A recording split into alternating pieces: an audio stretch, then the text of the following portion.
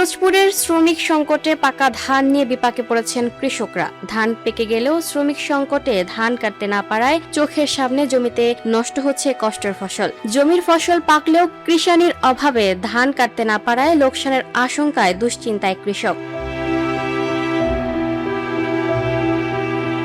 বিস্তীর্ণ মাঠ জুড়ে বাতাসে দুলছে কৃষকের স্বপ্নের সোনালী ধান। ইতোমধ্যে মাঠের অধিকাংশ ধান পাকলেও কৃষানির অভাবে মাঠ থেকে ধান কেটে ঘরে তুলতে পারছেন না তারা। এবছর জেলায় ৩৫,০৯৩ হেক্টর জমিতে বোরো আবাদের লক্ষ্যমাত্রা নির্ধারণ করা হয়েছে, আর আবাদ হয়েছে ৩৪,০০৫ হেক্টর জমি। পরিবেশ অনুকূল থাকায় এবছর ধানের ফলনও বেশ ভালো, কিন্তু উৎপাদন ভালো হলেও তার সুফল ঘরে তুলতে পারছে না কৃষকেরা। কৃষানির অভাবে ধান কাটতে না পারায় বর্ষা আর বাতাসে ধান নুয়ে পড়েছে জমিতে।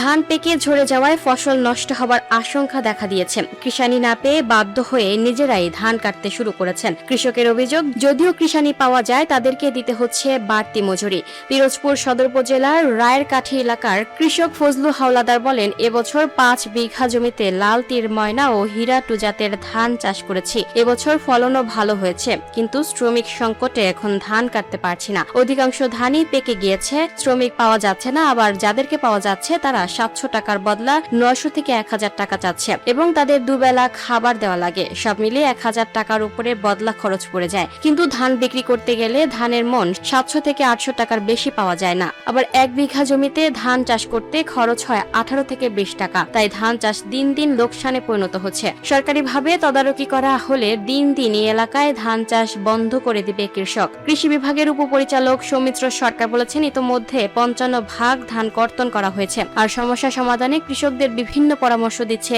কৃষি বিভাগ। পাশাপাশি যান্ত্রিক ব্যবস্থাপনায় ধান কাটতে কৃষকদের উৎসাহ যোগাচ্ছেন তারা। এবছর জেলায় ২,৫০,০৩০ মেট্রিক টন বোরো ধান উৎপাদনের লক্ষ্যমাত্রা নির্ধারণ করা হয়েছে। Lucky Akter, up to date news, Dhaka.